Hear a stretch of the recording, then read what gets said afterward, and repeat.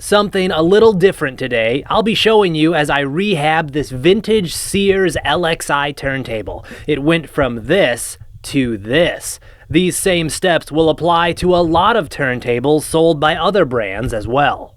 For those of you who come to my channel for tool videos or auto repairs, I think you still might like this. Turntables are filled with mechanical parts and they're fun to mess around with. Follow along as I tear down and service this record player. This is kind of a lower mid-level turntable. It has some features that the cheapest turntables did not have, but it's missing a few things that you could find on more expensive turntables. This was supplied to Sears by Sanyo, which I know by the 564 supplier code on the back. I think it may have actually been made by another company for Sanyo, but I'll put all that info at the end of the video. So some of the nice features this includes: direct drive, it's not belt drive. It's semi-auto, so when the tone arm reaches the end, it resets itself. It has a pitch adjustment down here, and it is decently beefy. It's about 11 pounds. The cheapest turntables I've had are about 9 pounds, so there's just a little more meat to this to help dampen vibrations. And it has a tone arm with real tracking force and anti-skate adjustments. This turntable even came with the original box. It even has the original shipping labels here. So Deborah in Hastings, Minnesota, thank you for taking such good care of your turntable. The first thing I'm going to do is take off this old original cartridge and put on this new AT3600 cartridge. This is not an especially nice cartridge, but this will allow me to test all the audio functions. Then if there are any problems, I can try to diagnose them when I have it all torn apart. After that initial test, the results are mostly good. I didn't notice any obvious audio problems. I will say the mechanism is pretty clunky when I hit the reject button here and it moved the tone arm back, so that definitely needs to be lubricated. Also, the pitch adjustment here does not work very smoothly, so when I have this apart, I will need to clean that out with contact cleaner. Here's something I did not notice until I actually received this turntable because it's not super obvious. When it was spinning, there was a little jump in the record. Let me show you a quick video of that now. And what that is on the mat here. Hopefully you can see this dark, shiny spot here. I think what happened was, see, that's oil. So what happened here, I think, is that this was stored either upside down or on its side for an extended period. And I think some oil leaked out of the motor here onto the mat, and this being rubber, it doesn't like being exposed to oil. So it's kind of swelled up and deformed in this one spot. Before you turn over a turntable and really start tearing into it, there are a few things you need to do. One, remove the mat. You'll also have to remove the platter. Most turntables will just pull right off like that. Also, make sure it's unplugged and make sure the tone arm is attached to the tone arm rest here so it's not bouncing around when you flip the turntable upside down. So what I am going to do is put down a towel here so I don't scratch this up anymore, and flip it over and it's ready to go. Another thing, I'm using a JIS screwdriver here, Japanese Industrial Standard. This is a Vessel branded one, but there are lots of different brands. If you're ever working on Japanese equipment, get JIS screwdrivers. They are totally worth it. This one, I paid about $7 or $8 for this. I bought a set of 2 for right around 15 bucks, a number 1 and a number 2. I think I got all the screws out, so let's take a look inside here. Now that I have this open, there are fewer things I'm going to need to grease and oil in here than I was expecting. Some other turntables I've opened up had a lot more. There are a few spots I'm going to add a little bit of oil. I'm also going to pull the motor here and clean that and lubricate it. Here's the pot for the pitch adjustment that I will need to lubricate, and here's the sight glass for those strobes, and I'm going to have to take all that apart and clean it up.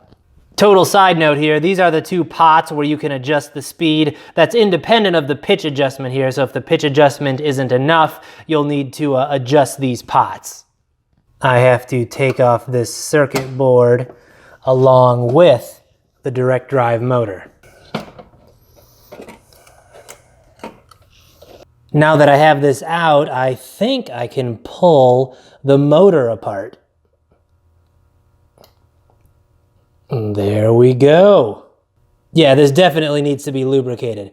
Check out how old and dark that oil there is. And there's the little well that rides in. So I'll also need to clean all the old oil out of this and add some fresh oil. I'll just take a paper towel here and wipe the really old, gross oil off of this.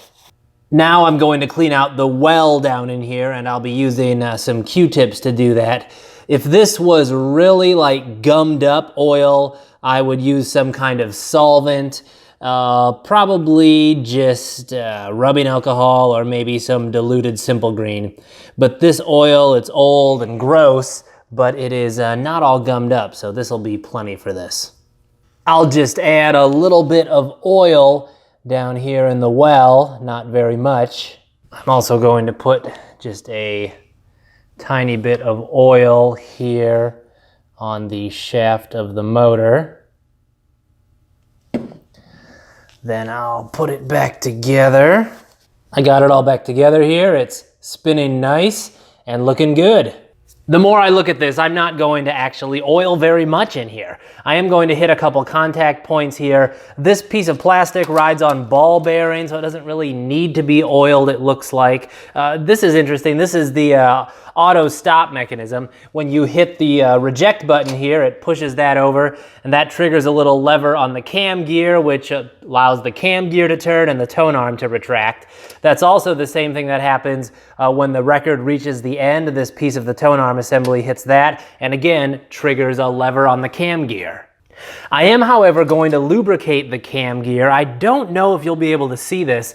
Let me grab a little pointer here. But the cam gear is under here. It's actually on the top side of the assembly. And this lever has a little stud that rides in a track down on the cam gear. So when that turns, that moves this lever arm. So what I'm going to do is put a little bit of grease in that track. On other turntables I've taken apart, there was already grease in there. There is not on this one for some reason. I flipped the turntable around to show you a little bit better what I'm going to be doing. Here I'm moving the cam gear, and you can see that lever's moving because it rides in a track on there. And I'm going to lubricate it with my favorite lube for this kind of job, Super Lube brand synthetic grease. So I will grab a Q-tip here. This will be a little bit hard to show you. Put some grease on it and get it down in that track. I'm gonna try turning the cam gear a little bit here to get access to other parts of the track. That's all lubricated and working fine. So I'm gonna hit these two spots where there's metal on metal contact with just a drop of oil, and then soak up any excess here with a paper towel. I'm going to add 1 drop of oil here to the tone arm. Now I'm going to clean the pot here for the pitch adjustment. Since I have this open, there's a big gap here on the back. I will spray a little bit of contact cleaner in there. Now I'll work it back and forth here, and that should take care of it. It's time to tackle this sight glass here for the strobes. Pull this out here, and oh, I didn't expect that. The actual lens is a separate piece here on the case. I'll have to remove 2 more screws, and I can take that out.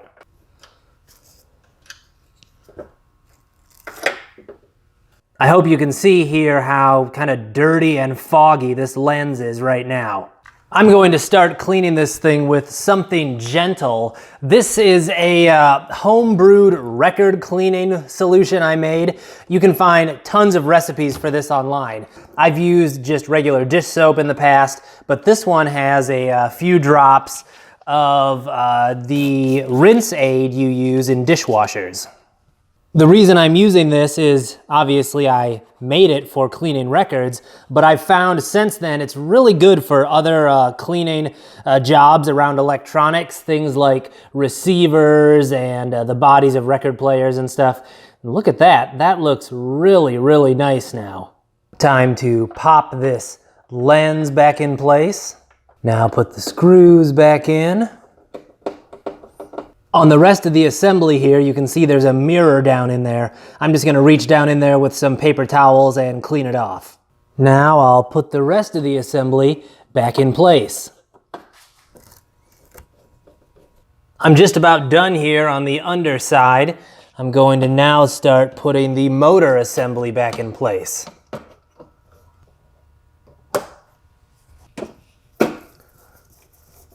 I think I'm done under here, so I'm going to put the bottom plate back and flip it over.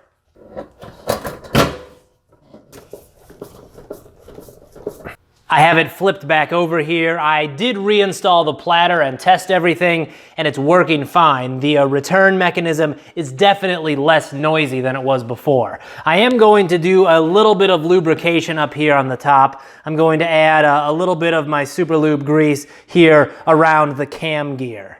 Just a very little bit, don't need to go crazy with this. And this gear here on the actual spindle. It's time to actually clean the body of the record player, also known as the plinth. And to do that, I'm going to use, again, this record cleaner because it's nice and gentle. It's a good thing to start with. If I need something more aggressive after that, I can move up to maybe like diluted simple green or something like that. I am just going to cover a few things on here that I don't want to spray with the cleaner. For these really stubborn spots, I'm going to get in here with a toothbrush.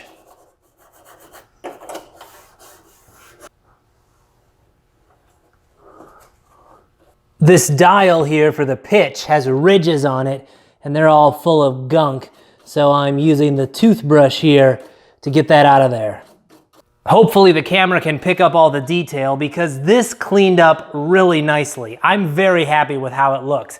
I even took the weight off the back of the tone arm here, cleaned it up, added some fresh grease, and put it back on. If you have an especially sharp eye, you might notice two little flaws here.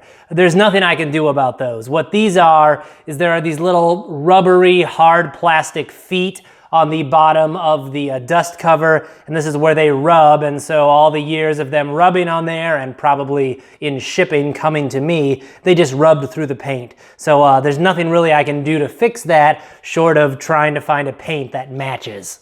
It's time to take the biggest bite of this sandwich, and that's polishing this dust cover.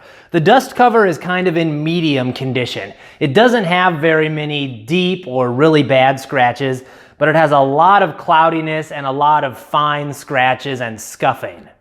If you do a little bit of reading online, you'll see there are tons of different ways to polish these dust covers. Some people would use maybe sandpaper and then follow it with something like Ultimate Compound. I just happen to have this on the shelf. Some other people would also recommend these headlight restoration kits. This is a 3M kit, which I also just happen to have on the shelf. I used it a while ago on some headlights. But since this one is not that bad, I'm going to use something a little milder. And it's another thing that I already had on the shelf. This is a two-part mcguire's plastic cleaner and polish. I bought these for a project a while ago, and since this doesn't have that many bad scratches, I'm going to start with this and see how it works. First of all, I'm going to get this all cleaned up, and I'll be using my homebrew record cleaner here. I already tested it on a little spot just to make sure it won't do any damage to the cover, and it will not. I'm going to clean it inside and out. With these mcguire's plastic cleaning products, you use the number 17 first.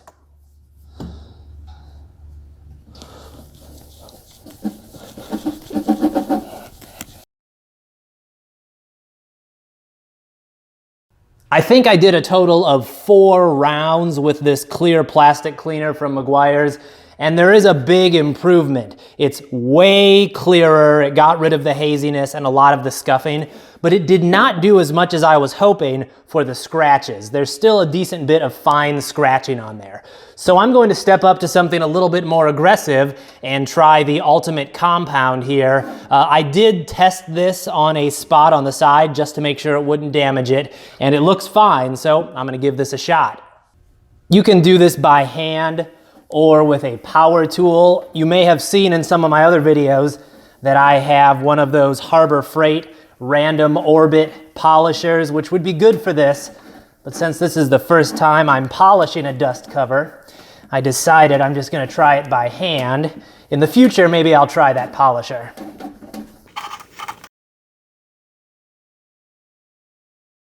There are a few spots on the inside of the cover and the inside of the sides here where there's a little bit of scuffing. So I decided I am going to hit the inside of the cover as well with the Ultimate Compound. It's not perfect. There are still some scratches that would take some sandpaper or something more aggressive to get out. But I gotta say, for maybe about a half hour or less of work, this is looking good. I am going to do one final step though. If you remember, I started with this number 17 clear plastic cleaner, which removed scuffing and some fine scratches. And you're supposed to follow that up with this clear plastic polish to maximize the clarity of the plastic. So I'm going to do one last step. In retrospect, I wish I would have skipped this number 10 cleaner. It leaves kind of a, like, you know when you wax a car, it's leaving kind of like a greasy film that is taking a ton of buffing to remove. I got the last of that number 10 polish off here, and while it's not perfect, it is hugely improved. There is still some scratching that you can see if you look really closely. Like I said, to remove that, I'd have to break out the sandpaper or really aggressive polishing. Overall, I'm really happy with how this turned out, considering that I only have about 50 bucks into it, and I mostly just used products I already had. It cleaned up really nicely, and after servicing, it's working great. This is not my first time overhauling a turntable, but it is my first time polishing a dust cover. Next time, I might break out the sandpaper or the DA polisher just to make it look perfect. But I am happy with how it looks, considering I only spent about an hour or so polishing it by hand. I also might put a better cartridge on this in the future, depending on where I end up using it. And I may buy a new slip mat. This one still works, but for between 12 and 20 bucks, I can get one that will fit on this turntable pretty well. So what do you think? Was this project worth the time and money I spent? Are you interested in more turntable videos? Let me know in the comments down below, and while you're down there, hit that like button. Now let's talk about the history of this thing. Like I said before, the manufacturer code shows this was made for Sears by Sanyo. But if you do some Googling, you'll find lots of Sanyo turntables were actually made by a company called CEC, or Chuo Denki. The company still exists and is mostly known for producing audio equipment that was sold by other brands, although you can find CEC branded turntables. I've found both Sanyo and CEC turntables that look really close to this model, but I have not found any exact matches. It could be that the maker tweaked a few things for Sears.